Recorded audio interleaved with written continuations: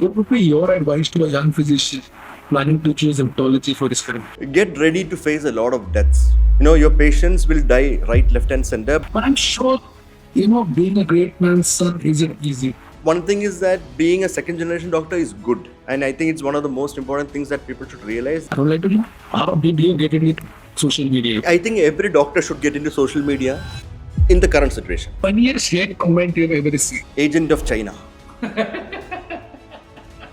When did you think about becoming an author? Because I loved writing, so I focused all that energy into writing medical research. How much does a hepatologist earn in our country? You might get about a lakh, 1.2, 1.3 maximum starting off.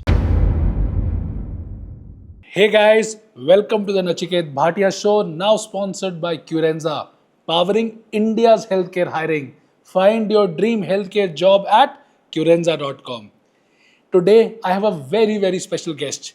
His voice echoes through Twitter and Instagram, and I believe any user of Twitter/X knows him personally. He is one of India's leading hepatologists and among country's strongest voices for evidence-based medicine. Born in Kottayam, family deeply rooted into medicine, he is the son of Dr. Philip Augustine, a Padma Shri awarded gastroenterologist known for performing India's first ERCP. His journey is really about asking difficult questions, standing by data, and navigating what it means to practice science in a deeply emotional and belief-driven society. Let's put our hands together and let's welcome my dear friend, Dr. Abby Phillips, #TheLiverDoc. So welcome Dr. Phillips to the Nachiket Bhatia Show. Thank you. Thank you very much for having me. Should I call you Dr. Phillips or should I call you Abby? Just call me Abby. I love that word. So Abby, tell me about your journey. How did you get into the world of medicine and the journey forward? So this is a very cliched question, but the answer is not very cliched. For everybody, it's different. But for me, I grew up seeing my dad. He's a doctor. He's a senior gastroenterologist. He's a very prominent gastroenterologist in the country and one of the first also from the country. So at that time, we had, we are four. Me, my brother, my elder sister, my younger sister. So my brother was excellent in math and he took up the engineering course. And Indian households, somebody has to be an engineer, somebody has to be a doctor. So I was only two parts in India. exactly. So at that time, and this was probably in the 90s, you decide what you want to become. And dad is a doctor, brother is out of the picture. Now I am the only guy out there. So I was a scapegoat who became the accidental doctor. So, but it's not something that I chose. I think a lot of us choose things that are actually chosen for you. But not in the current generation. Things are different now. But at that time, we chose things because it was the only option that was given to us. And that is how I chose medicine. I don't regret it. So I started off with, so at that time it was AIPMT, All India Pre-Medical Test and all that. So I did not get through the first time. I failed miserably. A lot of my classmates got through. Some of them even got through, into foreign programs at that time. So it was a tough time for me. I was a very average student. And getting through a medical entrance exam was a big deal. So I went and there was this particular coaching center. I think you would know, there's a coaching center known as PC Thomas, very famous in Kerala, where they have a lot of, it was a place where things are so different. You learn discipline, you mug up stuff 16 hours a day. So I started off there and cracked MBBS. I got through All India at the time. And I also got into St. John's Medical College, which was a totally different experience for me because it's a private college, but it's run under the CBCA society. And it's not enough that you actually pass the entrance exam there, you go beyond a cutoff. You actually have to go through a 3-day grueling interview. So I asked around, and my dad is the best advisor on that. So I asked, what should I do? I was getting some government colleges in Kerala, some government colleges in West Bengal, nothing in Delhi or Mumbai. And he said, give St. John's a try because they have a very good undergraduate program. So I went there, I went through the 3-day interview and ultimately got selected from, I think there was about 120 people for 30 seats. And I got through that. And MBBS, after I finished MBBS, next question is what? What to do? So obviously because my dad was there, advices were free. and it was easy for me. I consider it as a privilege because it's not easy for a lot of students who get through MBBS, and it's not easy for them to decide what to do next. So my dad said, obviously you have to specialize. And I was not at all into surgery. I never liked surgery. I don't like standing and doing a lot of stuff for a lot of time. So I said, okay, I like internal medicine because for me, internal medicine is more like being a detective. You solve problems. You don't try to save patients, you try to solve them. That is what internal medicine was for me. So I said, I'll do general medicine. And then I again sat for the AIPGT at the time and again failed. I did not get through for the first time. And then I again gave a second time. And this time I did it very, very focused. I did not give a lot of exams, just a few, including All India. And through All India, I got through in MD General Medicine at West Bengal. That is NRS Medical College in Kolkata. And that was life-changing for me because St. John's program was excellent. You have everything out there, and you are inside an umbrella, and you are well guarded. But all that came off. All the guardrails came off when I was in Calcutta because there we saw patients who did not have anything to even get a paracetamol. Right? We are treating the very poor crowd in a government setup.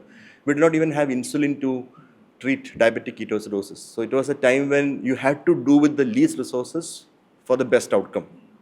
And I was wondering how we can actually help patients. So that was a time where I figured out that medicine was not just about treating, diagnosing, and trying to get the patient out of the situation. It was more of trying to help them navigate the disease. They might die. Everything is not up to you. We have had 8 to 10 snake bites coming in the night. And you decide who's going to survive. So you look at the youngest patient first. And then, much like what happened with COVID, the ventilator goes to the youngest person and not to the oldest person. There was this huge ethical dilemma, a lot of discussions on it. We've been doing that in medicine for a very long time. People actually come to know about it now because COVID happened. But this is what we do on a daily basis. And after that, I went back home. I did a few months of SR work under my dad only in gastroenterology because he wanted me to have an idea about what path I must choose. So gastroenterology at that time was mostly skill-based. You get to do a lot of procedures, very advanced procedures. So third space endoscopy was upcoming at the time, ERCPs, advanced ERCPs, cholangioscopies, all of this. So I told my dad, see, I don't like surgery and I don't like doing procedures. I don't want to waste time doing procedures. So again, I was in that mind of, getting to solve the patient and, more into detective kind of a field in medicine because that used to give me an adrenaline rush, diagnosing something that others could not. So then he said, so there is something new upcoming, and hepatology was just rising at that time. I think probably only 2 colleges in India had hepatology program, and one was ILBS in Delhi, and the other I think was possibly PJ Chandigarh, but that came on later I think. But ILBS was the one, and Professor Shiv Sarin was my teacher at the time. So he said, okay, you do one thing, you go to Delhi, stay there with Professor Sarin and his team and see how hepatology is. Because hepatology is nothing to do with a lot of skill, it has to do with a lot of thinking. And I came here and I was in Delhi, I think probably in 2022 at that time. And I was here for about 6 to 9 months. I did a non-academic SRship in hepatology and I just fell in love with it. Because hepatology was something I was not expecting. One, you get to see the worst kind of patients, worst in the sense that the disease. People are dying like flies in the ICU. And there is very little you can do. You have to make quick decisions. Acute on chronic liver failure, acute liver failure, patients coming with severe liver failures of unknown causes. It was such a mess, the program, but I loved it because it's a lot of thinking that you need to do. And then on the side, I found out something else, which was clinical research. Huge untapped area of clinical research in hepatology, which is not there in gastroenterology. So I told my dad, I think hepatology is what I want to do because it looks like it's very challenging and there is a lot that I can do. And that is how I started preparing for hepatology, and I got into ILBS itself, into my DM. And I completed that, I think, in 2016, 2017 at that time. About 8, 9 years back, I think I completed hepatology. And I came back to Kochi and started practicing as a junior consultant. So this was how I started my journey and completed it in a nutshell. doctors and paramedical associates. So this tool is a blessing in disguise for all healthcare professionals. Are you still confused how much your salary should be? Curenza has created a very interesting tool in which you can feed your experience, your age, your region, and the tool shall tell you what should be your apt salary. We have collected data from all across country by talking to different ages of professionals, and we have got the most precise data in the country to decide your salary. It's superb. Go and try it now. It's simply available at curenza.com. Yes, powering India's healthcare hiring. I mean, your father is such a great man and a doctor, one of the best gastros in the whole country. He was the first one to do an ERCP in India, right? Correct. But I'm sure, being a great man's son isn't easy. It's not easy. I mean, one thing is that being a second generation doctor is good. And I think it's one of the most important things that people should realize, that being a second generation doctor is what gives you more success than a first generation doctor. I'm not saying that first generation doctors don't have success, but in the current situation, it's very difficult. But it is also difficult because if you have a name to live up to, it's not easy on you. Either you can be a complete flop show altogether, or you can work hard and try to get to that level or even beat that level. So I was never going to beat my dad in what he was doing, because he was one of the most skilled endoscopists. He actually, like you said, did the first ERCPs, and he went on to diagnose the first case of Crohn's disease. In fact, he was one of the first person to talk about and use antidepressant therapies in irritable bowel syndrome. And this was in 1970s where he started using amitriptyline. And now, about a few years back, there was a Lancet paper of using amitriptyline in IBS, irritable bowel syndrome. So he was a man with a vision at that time. So it's not possible for me. I mean, I can work hard, but then it's not easy for me to have a vision like him. But then I think he also understood that I need to charter my own path. And that is why he gave me the option to stay in gastroenterology or go for something else altogether, which is subspecialty, which is why hepatology was actually a good choice for me, because one, I could stay in my dad's shadow and get to know things, get to learn things, get to figure out things, but also I could step away from that shadow whenever I want. And that is exactly what happened. So obviously his presence is very important for me, but to charter my own way, in my own style, in my own vision, I think his decision for me to take up hepatology helped a lot. I think he wanted me to step out of his shadow, and that's where I am right now. You said that being a first generation doctor is tough. Yeah. I agree. Would you advise somebody who is in 11th or 12th right now to take MBBS in current scenario? I would ask them to take MBBS looking at a lot of other things. For me, like I said, it was easy.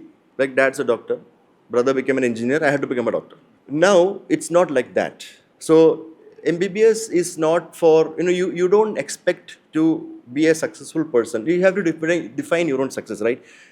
For some people, it's making money, building assets, that's success. For some people, it's just about the work satisfaction. So if you are going to become a doctor or take up MBBS now, you have to decide that where you want to stand.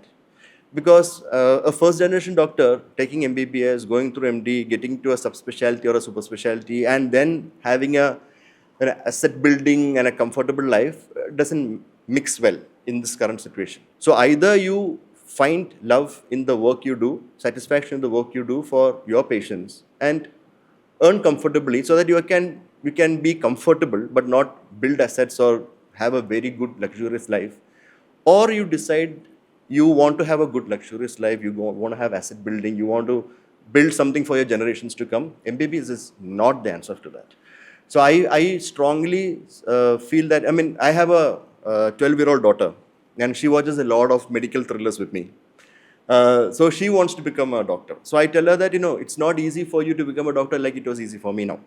And what I suggest her is that if you find satisfaction in the work that you're going to do, that you really want to do medicine because you really want to treat patients and be part of the journey, then it is for you.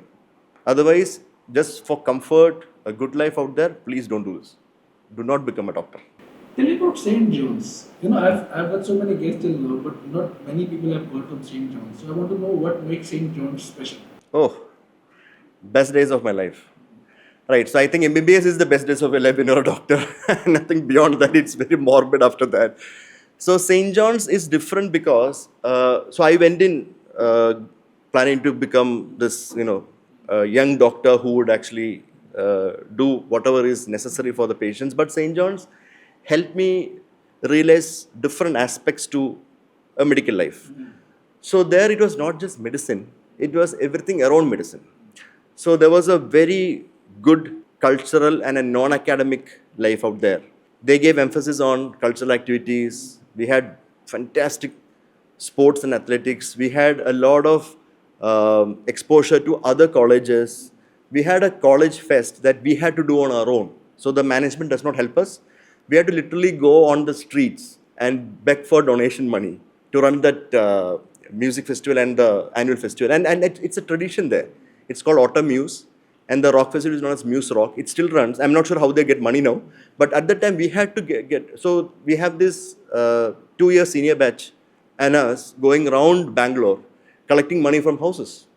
So and you are actually in a different space there. So you go into the college thinking that you're going to be in a noble profession, doctors, everybody should respect you. And the next day you're on the streets begging for money for your Muse Rock concert. So I think St. John's helps you realize that you are more human. And everybody is actually human. And things can go wrong anytime. It's not about what you want life to be. I think that teaching came from St. John's. And that was why it was easy for me to blend into the kind of life I experienced in Kolkata. Because that was tough. That was a tough life. And I think St. John's training helped me a lot. In being a doctor is not just being practicing. You push yourself to practice medicine and prescribe. It was more about being humane. And I think that was there right there from the start of my MBBS career. Tell me about hepatology. I think everybody wants to know about the field of hepatology. What's in it? How it is different from gastro? All right, and I'm sure gastro is your biggest competition right now. So I mean, people who are reading the book and people who are completed the book, they'll understand what hepatology is, because hepatology for me is the most extreme form of internal medicine. You need to know every system so well, otherwise you will mess up your patient, right? For example, when I started writing this book, or when I was asked to write about this book, my commissioning editor and my executive editor, she told me one thing, the brain is very sexy. There are a lot of books on brain. Heart is like out there, like ultimate organ ever. And then people are talking about, lung and all. Liver, nobody talks about. You have these really weird books on liver cleanse, liver diet, and all third-rate kind of books on liver. But I have made liver look like it's really important on social media, right? And she wanted me to make liver look sexy. So that is how this book came in initially. That was our initial discussion. And hepatology is so important because people don't realize the value of this organ. All organs are important. But there is this organ which has got a hugely regenerating potential and does about more than 500 different types of stuff. Heart pumps, that's what it's supposed to do. Brain, obviously, it has, I think, 3 or 4 types of cells. But liver has so many different types of cells, does so many different types of work, and it is really the mother of all organs, if you ask me. The mother of all the organs. Because when the liver fails, you have to deal with every systematic failure. So we have brain failure, you have renal injury, which is hepatorenal syndrome. You have now patients having something known as the specific heart diseases because of liver disease. You have specific lung diseases because of liver disease. So you need to have idea about every system to manage a patient of hepatology. And that is what makes hepatology different. You are basically still an internist. And you have this additional knowledge about expertise management in the patient, but you always remain an internist. You don't forget your general medicine at all. Cardiologists can actually forget it to some extent, right? You probably need to have good knowledge about reading ECGs, but then now it's all very advanced interventional procedures in cardiology. Even neurology has gone into intervention. But hepatology, core practice of hepatology still remains general medicine. So if you are excellent in your general medicine, you can ace your hepatology practice. And that is what makes hepatology different from gastroenterology also. Because gastroenterologists are mostly skilled physicians. I'm not looking down on them or anything, but I'm saying that you need to actually think more with respect to patient management when you're a hepatologist rather than you being a gastroenterologist.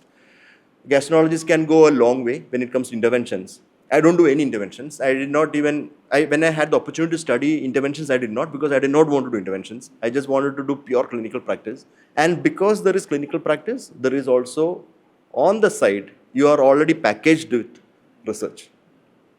Nothing beats clinical research and the satisfaction you get from doing it, because you are looking at so many new things.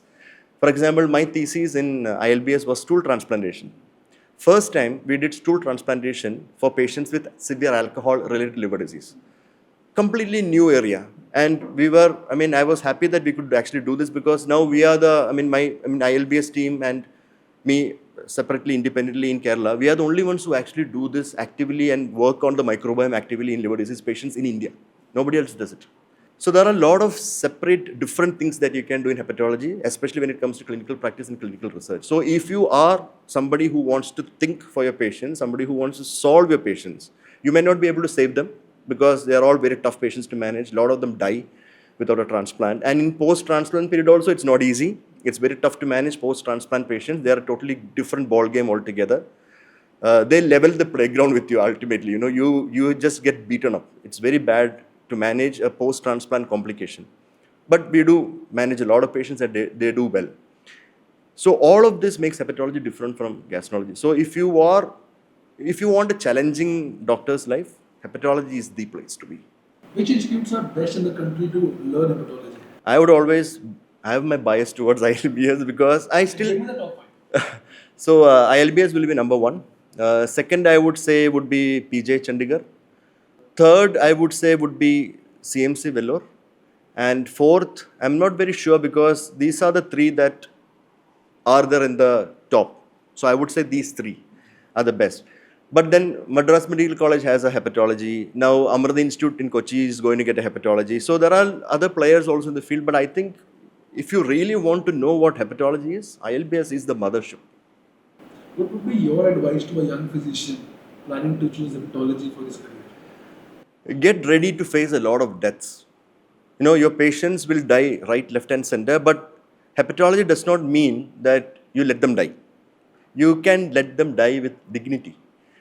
So a big branch of hepatology is actually palliative hepatology, which is what I do very frequently. So initially I used to do that on my own. I used to manage all the palliative care patients, and it's not the palliative care patients that is related to end-stage liver disease. You have a huge burden of patients where they come with advanced liver failures, advanced liver cancers, hepatocellular carcinoma, huge burden in our country. And with the advent of metabolic disorders, obesity, diabetes, you are getting a lot more patients in the middle ages coming with advanced liver cancers.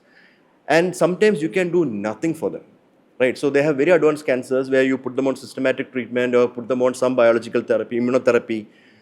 You try to downstage them, try to get them on a transplant list somehow. It fails most of the time. And you have this huge group of patients who you are actually looking into easing out the way they are going to die. And it's not the patient alone that you're going to manage. It's the whole family. So you have somebody who's been drinking for about 10 to 15 years and now is a young father, 42, 45 years of age with advanced liver failure and with a cancer. What are you going to do? 2 daughters, maybe aged 7 and 10, and a wife. They have very less support because he is the only one who was actually earning. Now you have to manage finances for that patient. You have to manage the patient. You have to manage the disease. You have to manage the family. So a normal doctor would just manage them superficially. This person would be coming in with a lot of complications because you're not dealing with the core disease, right? Because the disease is already too advanced. You can't do anything for them. They'll be having repeated hospitalizations. They'll be spending repeatedly lot of money per hospitalization. They'll be in debt. You have the girl's education happening. You have the wife trying to support the family, somehow getting the money to pay for these complications and hospitalization. So in true hepatology practice, which I would like people to understand if you are going to become hepatologists, is that sometimes you have to compromise.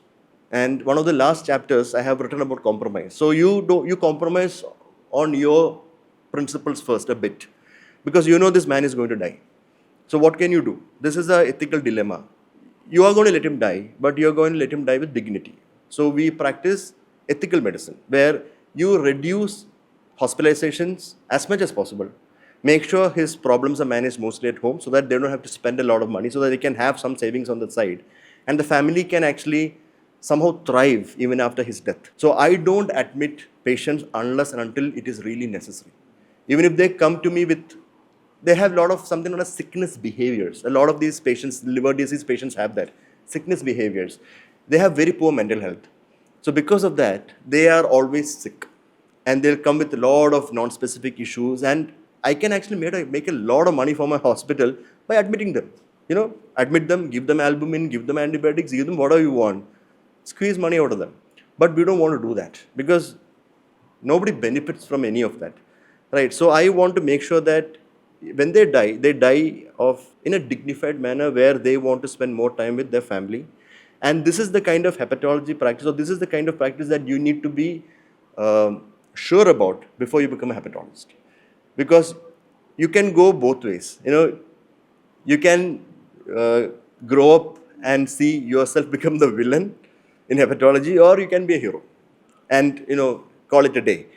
So I think if somebody is wanting to take up hepatology, obviously there is a clinical research part and all the other glamorous things in hepatology, but your day-to-day practice is going to be about these patients. And if you are going to do medicine as a business, this is not for you. It is definitely for you, but it is not the group of patients that you want to actually squeeze money out of. You don't want to squeeze money out of any patient for that matter. I'll ask you the most loved question of our podcast. How much does a hepatologist earn in our country? So it all depends on where you are and how you're carrying yourself. For example, if you're a fresh off hepatologist, so imagine I finished my hepatology today and I am joining a place in the government setup versus a private setup. So in the government setup, obviously you'll get your central government, depending on central government and state government, you get those pay. But if you're in a private setup, it depends on your caliber. For example, you are a fresh out hepatologist. You might get about 1 lakh, 1.2, 1.3 maximum starting off. But a lot of these hospitals, what they do is now they're giving out cuts. For example, if you send a patient for transplant, you get a commission out of it. So if you send a patient for transplant, or if you send a patient for interventional radiology, you send them for something that is additional, you all receive something out of it. So this has happened because a lot of private equity players have taken over the private hospital setup. And this was not there when I started working. For me, I don't think people should compare about what I'm doing now, because like I said, I'm a second generation doctor. We already had a company running. We made a small consultancy group and we are giving services to the hospital, and it's a contract basis, so there is a revenue sharing. So obviously I'll get paid more than what a normal hepatology pass out would actually get paid. But it again depends on where you are in a private setup versus a government setup. Inside a government setup, is it a state college or a centralized system? ILBS has a central government kind of a pay, even though it is under Delhi government. It's like a central government kind of pay, and they also have pay hikes. If I'm right about it, there are the private hospitals where they actually increase your pay depending on your, they look at lot into academics now. Previously it was not academics. It's mostly about how many years you have worked and seniority. But now there is a lot of importance to academics. So a young hepatologist with a good academic background, they might actually can get a better pay than a fresh out hepatologist without any academic background. So all of this actually matters. And very importantly, if you are in a successful hepatology program, your pay would be actually better, rather than you are going to start off a hepatology program, or you are part of a new hepatology program in a new private hospital. You might, like I said, would be getting somewhere around 1 to 1.5 lakhs only.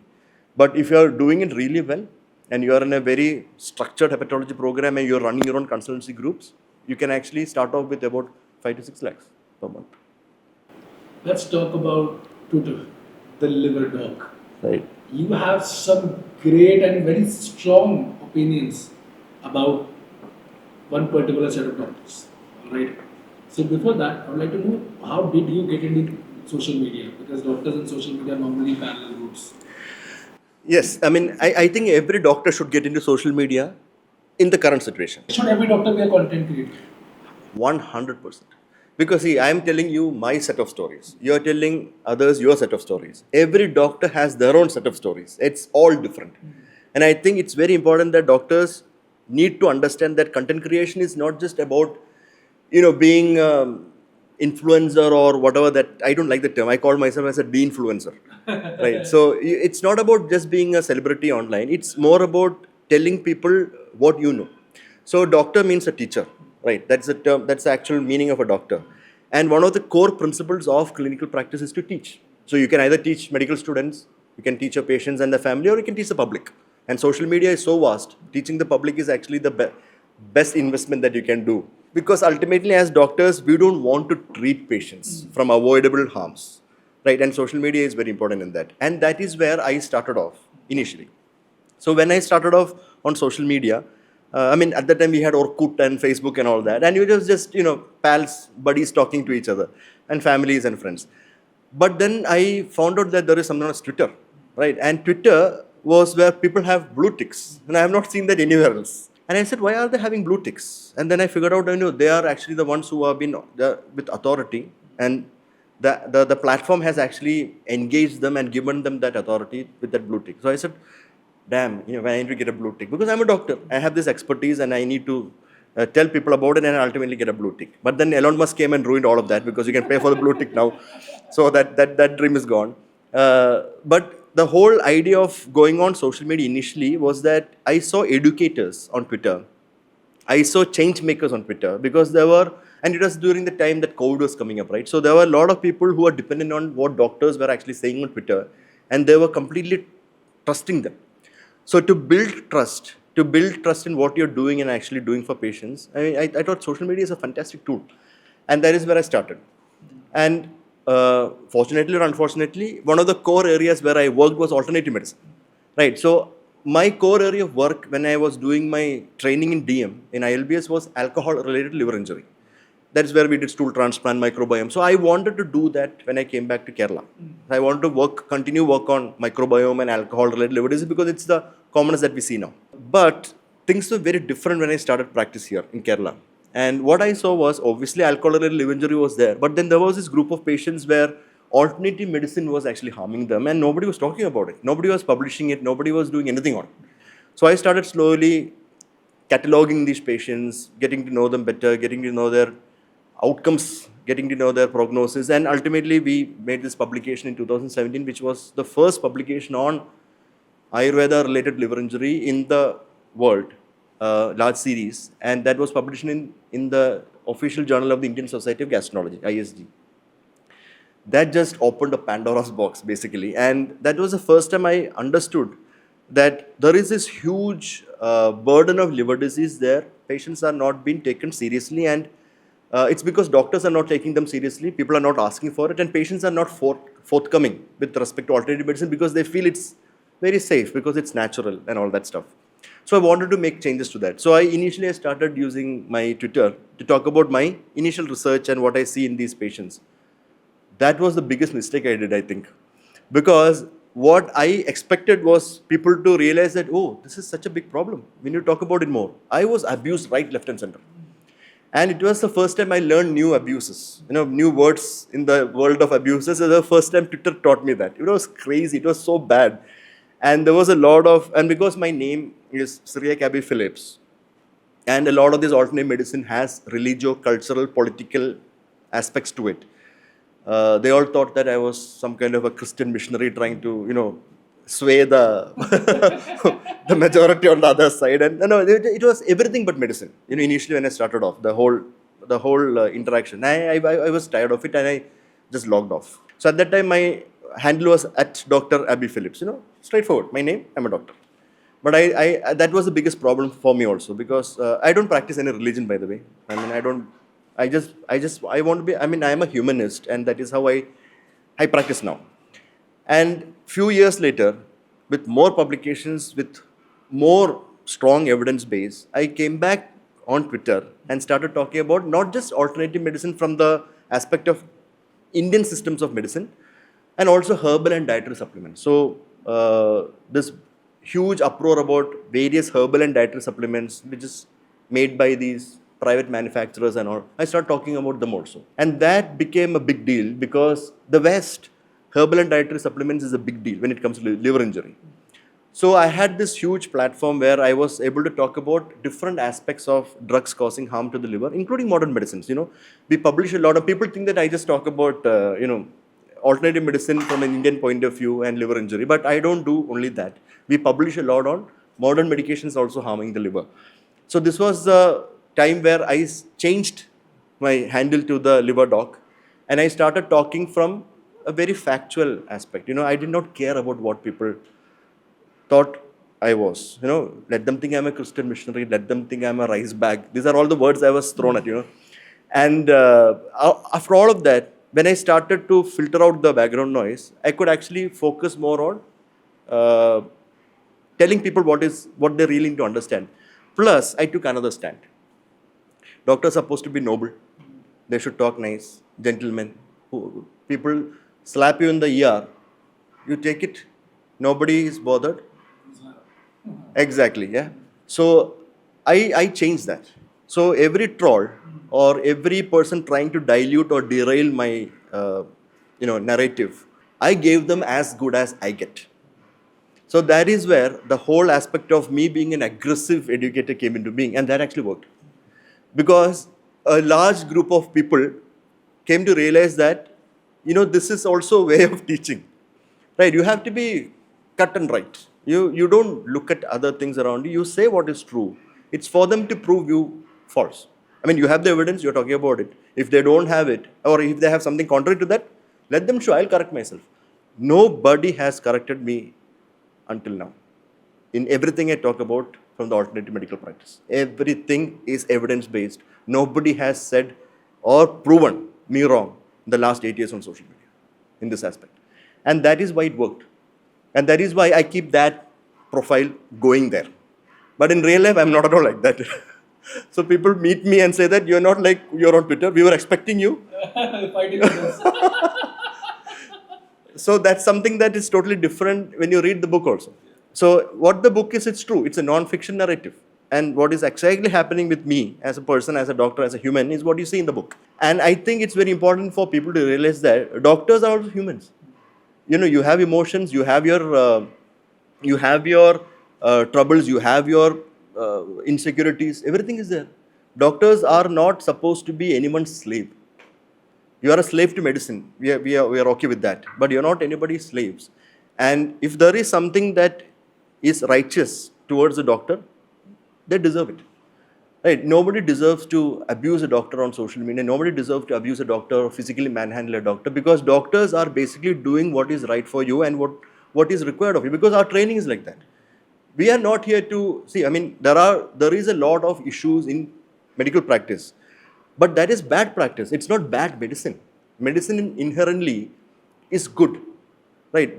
That is why this book is so important, because I am trying to reclaim that space, what medicine deserves. So clinical medicine is basically a humanist aspect of what medical practice is. And I think every doctor must read this and understand it. And if you start dealing your patients that way, you will see that you're going to be comfortable, because your patient turnover will be good. You'll be earning and you'll have a good night's sleep. I love this line in the prologue of your book. I don't teach you how to cheat death. I teach you how to deal with it. Exactly. No, this is something... It's actually very beautiful. And this is something that I think every doctor must also realize. Like, you are not there to... patients will come to you with a lot of hopes and a lot of expectations, right? But it is up to you to realize their expectations practically, logically. For example, a lot of these patients who have, advanced liver cirrhosis and cancers, they expect me to do miracles on them, which is impossible. I know that person is going to survive only 6 months. Now, some doctors will just say that, I'm sorry, you're going to die in 6 months. See you. Let's see what we can do.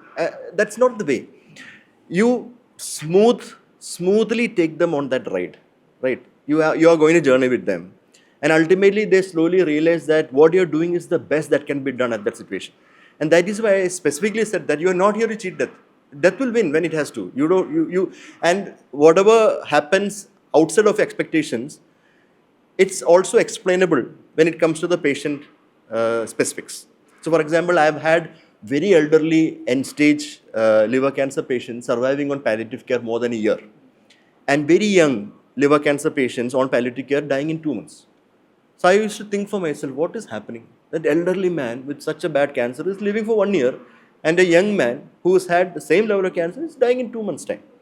Now I used to think a lot on this, and that is where I understood that the outcomes are going to be the same. Journey is slightly prolonged, and it's important that you become part of the journey. You are not there to judge anyone or tell them that you're going to die in 6 months, you're going to die in 1 year, you're going to die in 2 years based on your statistics. Statistics is for you. It's for your prognostication, for you to understand, not for the patients to realize that they're going to die or live, right? And I think this is the part of medicine that people actually forget once they start practicing medicine, because it's a rat race. You have to survive, you have to earn. And this aspect of medicine where you have to solve the patient and take the patient on a journey rather than actually trying to save them, because trying to save them is going to be more expensive than trying to solve them. So I think this aspect of medicine is what you see throughout these chapters in the book also. When did you think about becoming an author? Yeah, so I always had this in me to write. Like I said, I did not want to take up medicine as my primary career. I wanted to actually go into media, theatre, screenwriting and stuff like that, because I love stories, telling and writing. And that is what I have actually mentioned in the preface also. You will see these two things collide. My childhood dream and me as a doctor, which is accidental.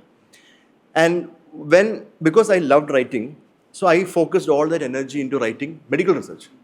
So I published about 260 plus papers in my career as a hepatologist in the last 5 to 6 years, which is very high for an entry-level consultant. But I loved writing, and that is why I loved writing clinical research also. Now I had an option of doing it a different way. And social media actually gave me that option, where I could write about clinical research, but simplify it in a way that people also understand. So without making people, public or patients understand your research, there is no point in doing the research, right? There is no point in sitting in a conference room and discussing with doctors what you have found out. It doesn't make any sense. I mean, even this came to me later on in life. As a practicing doctor, teaching or educating public and patients is more valuable than sitting in a conference room and, eating pharma company sponsored meals and talking with your peers. It doesn't make any sense anymore to me. So that storytelling came up because of social media intervention. And ultimately when HarperCollins, the publisher, approached me and asked me if you would like to do a longer version of this, and that storytelling thing just kicked it right away. And I knew it was something difficult. It was not difficult because I knew I knew what I wanted to write. But to find the time to write was the biggest problem for me. So I used to write every day in the night. When my children go to sleep, my wife goes to sleep, that's when the whole apartment becomes really silent. And that is when you can actually write. So I used to write from about 11:45 p.m. to 2:30, 3 a.m. And I used to do this every day. And on weekends, I used to take breaks. But then this continued for more than 500 days. And that is how this book came to be. And I don't find it exhausting. I don't regret it. I'll still do it because it's something that you like. So if it's something that you like, even with a lot of adversities or difficulties around it, you'd still feel satisfaction doing what is that you like. So writing a book for me was easy because I liked it. But the only thing is to find time to write it. That was a difficult part. But I figured it out. Sit and write in night. Give us some tips on how to become a content creator. So the whole idea, I think, for me, it was very focused, right? So I'm doing hepatology. People don't know about hepatology. Like we said, liver is not a sexy organ. I wanted to make it sexy. And that is why I had this whole blank page where I could be the liver doctor. And then I could actually push a lot of narratives. But you can't be a brain doctor now because there are a lot of neurologists, right? You can't be the kidney doctor now. So I think for doctors to look at content creation, it has to either move from simple public appeal. So you decide, like you teach doctors, right? Your main area or your main subscriber followership is doctors. Mine is not doctors. Mine is the public and the patient. So I have very little to do with the doctors community and very much to do with the public.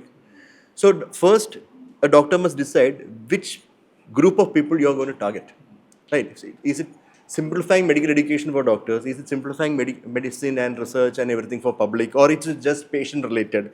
There are doctors who give a lot of good tips in their own, particular branches. For example, there are pediatricians who just talk about nursing care, mother care, things like that, and that is hugely impactful to a lot of these new mothers and people who take care of newborns, right? So you have to first decide where your target is, who your target is, and that is where you have to focus. Now, when you have achieved your particular group of people there where you want to target, you have to decide the type of content that you want to talk to them about. For example, I talk to people about liver health in general, and also I very clearly and concisely simplify very complex liver health also. And that actually works because people now realize what is high-end hepatology and people now realize what is basic hepatology. For example, how to prevent metabolic disorder-associated fatty liver disease, steatotic liver disease, or even how to manage or what are the new things in management of advanced liver cancer. People have that idea. So when you are a doctor, you decide your core topic which you want to push content on. And I don't think doctors should do a lot of mixed bag stuff. For example, some doctors will talk about general health topics happening. So there might be a neurologist or a whatever. So they'll be talking about how running is important for you or how fitness is important. That doesn't work out because there are a lot of other fitness people and all there out there. You can't compete with them. Or you bring something new. For example, liver health and fitness, liver health and nutrition is something very niche. People want to know what is good for your liver. Even though they don't realize that what is good for your body is good for the liver also. Right? But then there are specific areas where you can target. For example, nutrition, sleep, mental health, etc. in your own domain.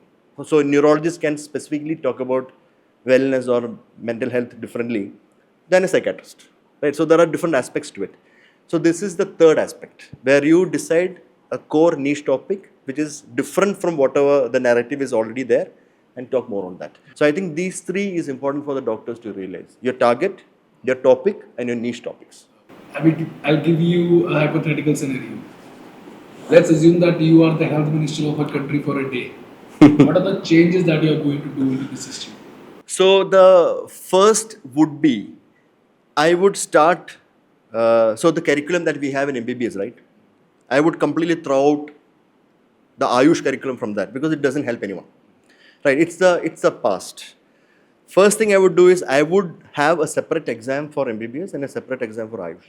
Now I will see who really wants to do Ayush, who really wants to do MBBS, right? So we will see that a lot of people, a lot of very brilliant, bright students, we lose their potential to become good doctors for the country is because they were not given the right opportunity.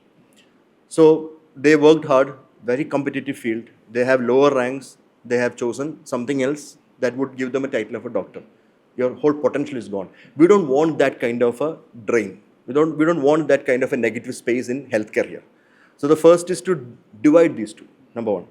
Number two is within the curriculum, I think every MBBS student must be taught clinical research. So we just have a small area of statistics in community medicine where you are taught about clinical research. But I want MBBS students to actually learn in the curriculum how to write a paper, at least start off with the case report.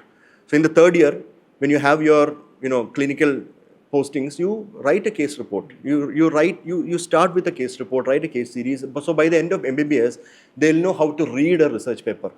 A lot of MBBS students right now on social media do a lot of health misinformation because of this, because they can't read a proper paper. So they'll just take it like what a health journalist would do. A title and they just talk about it. It will be completely different when you actually read the paper. So this is something that I want to put into the curriculum. And number three is I would also change the curriculum in a way that medicine is actually taught from a humane perspective. Right, so we have ethics and all that, but it's all mug up and finish off the essays. But I would want some ground level work to be done from the MBBS level where doctors actually identify patients as other humans, not some commodity that they can monetize on. So these three things must for the curriculum. And I think something more that I would do is when it comes to public health, very clear and crisp, evidence-based, consistent public health information should be given from the government level. So, for example, you see how messed up COVID was in India. Everybody had their own guidelines. So we had our ICMR guidelines, then AIMS had their guidelines, then some private hospital had their own guidelines, then Ayush board in their guidelines, homeopathy board in their guidelines. That stuff should not happen. You have exact, actual public health, consistent reporting and education coming from the government handles.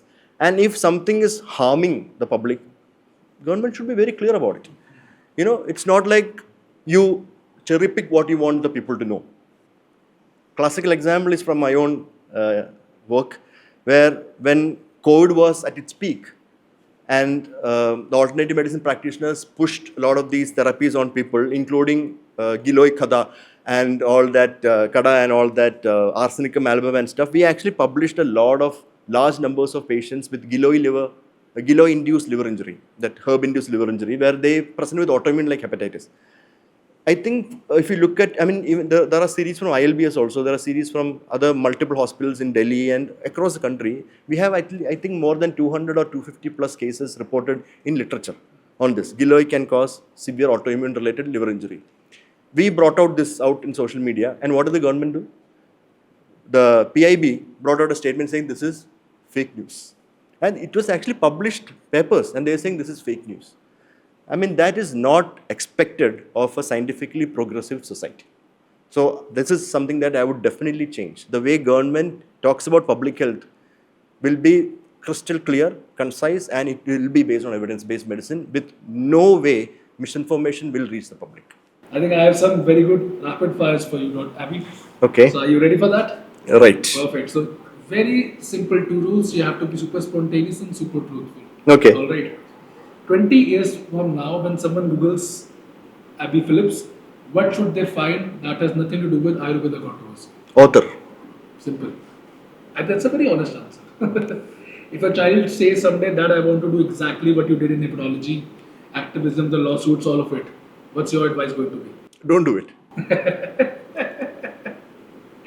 One message you would give every MBBS student listening right now about medicine, science, and standing alone. Go for Oslerian medicine. That is a true medicine that you need to practice. Yeah. So William Osler is considered the father of clinical practice, right? So he had these principles of patient management, which we have forgotten about and nobody teaches anymore. And I think people should go back and learn that kind of medicine first, because that is a medicine that will help you sleep well at night. So reclaim that Oslerian kind of medicine, and that is what we need now. That's a very good Oslerian. Yeah. If liver could speak, what do you think it would say about how modern humans live? It would say, stop drinking. It would absolutely say stop. Just stop drinking. Because there is no safe level of alcohol that benefits human health. No level? No level. WHO has said it a couple of years back. There was a huge article they wrote where it says there is no level of alcohol that will benefit human health. Which means it is not about the liver anymore. And I think this is what the liver would say. It is not about me anymore, it's about your whole body, because lowest level of drinking can still increase risk of cancers. Were there moments in your career when patients taught you about resilience? Oh, every single day, not moments. Every single day. Patients always teach me about being resilient. Because sometimes I want to give up, but they are not ready to give up. And actually that works out for their benefit. So if a patient is not ready to give up, I am not ready to give up. And I think this happens every day. What does failure mean to you? Failure means not giving my patients the dignity in treatment like they deserve. That is failure for me. A food you can eat every day without getting bored. Black coffee. One thing that instantly lifts your mood. Black coffee. A trend in Indian medicine you want to end immediately. Monetization of patients. I think the corporatization of hospitals is the main core reason behind it. Patients are your responsibility, and I think doctors should practice ethical and moral medicine rather than monetization of patient suffering. Even otherwise you look at medicine, it's such a dreadful situation, right? People are coming with problems, and you are taking care of the problems and getting money out of the problems, right? So if there are no problems, you won't be able to actually sustain your life. So itself, it's such a bad situation, and you are monetizing it again. That's the bottom level work that you can do for your patients. Funniest hate comment you have ever received? Agent of China. Most weird abuse that you have ever received? Most weird abuse. Oh yeah, but I don't know if I can say this out loud. You can say it star. Really? So, priest abused Christian missionary. This is what I got called at one point. Your most controversial opinion that has nothing to do with Ayurveda? Alcohol. Zero alcohol.